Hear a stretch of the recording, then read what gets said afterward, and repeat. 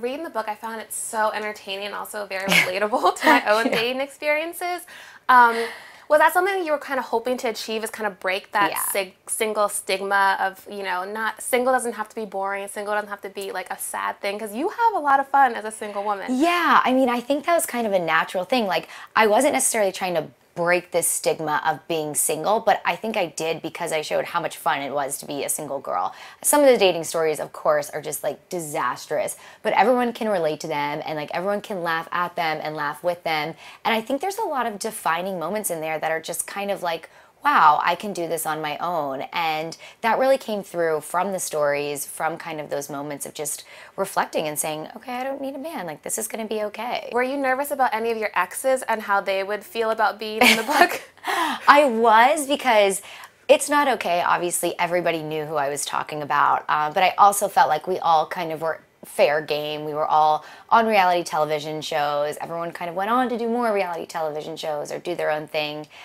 So I was a little less hesitant in the first one. This book, I was like, all right, these guys are actually dating me, like not the TV me, not like, you know, the Bachelorette person me. And so I was a little weary about it, but I disguised a lot of the names and the identities. I had one guy text me actually the other day. He's like, am I in your book? And I'm like, oh, this is why I dated you, because you would ask that question. You wouldn't even like, go read it. Yeah, like you're going to read. You go into a lot of detail about the different relationships. Was there any juicy stories that didn't make the cut, or anything that you were like, maybe I shouldn't put this in there? Nothing like too juicy. I mean, there were like, there's some details always that are just kind of like gratuitous and just unnecessary, and like the book wasn't a burn book. It's not meant to like drag anyone, you know, rake them over the coals or anything, but most of the juice is in there, I gotta say. Most of the juice. Sorry, Dad. And then obviously now you've lived in New York City for about 3 years, I'm assuming. So what is the hardest part about dating in New York City? Well, first of all, dating in New York City is disastrous.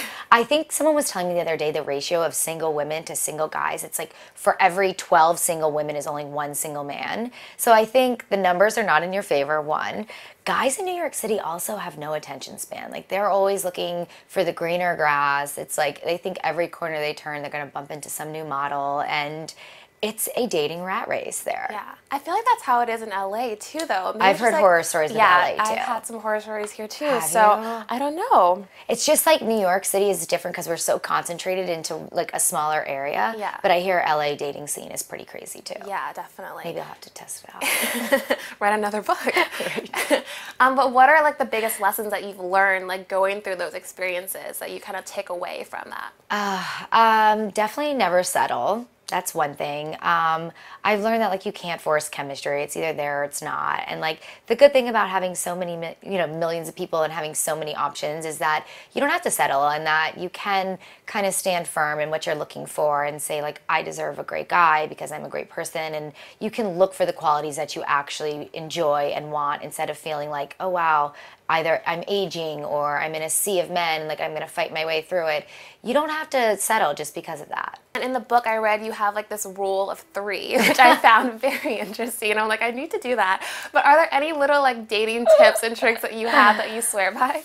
The rule of 3, definitely. You'll have to read to find out, but I stick to it for the most part. I'm a big believer in like, I tell my girlfriends this, anytime we've been broken up with or like something doesn't end well, I'm like, delete everything out of your phone with him. Like delete the contact, ignore, block, do whatever you have to do. Yeah. Yeah, I'm totally down for the ghosting. So you don't, when you break up with someone, do you ever remain friends with them, or do you ever go back? Or are you kind of done, you're done? I try and not go back, but I would be lying if I said that I've never gone back, you know?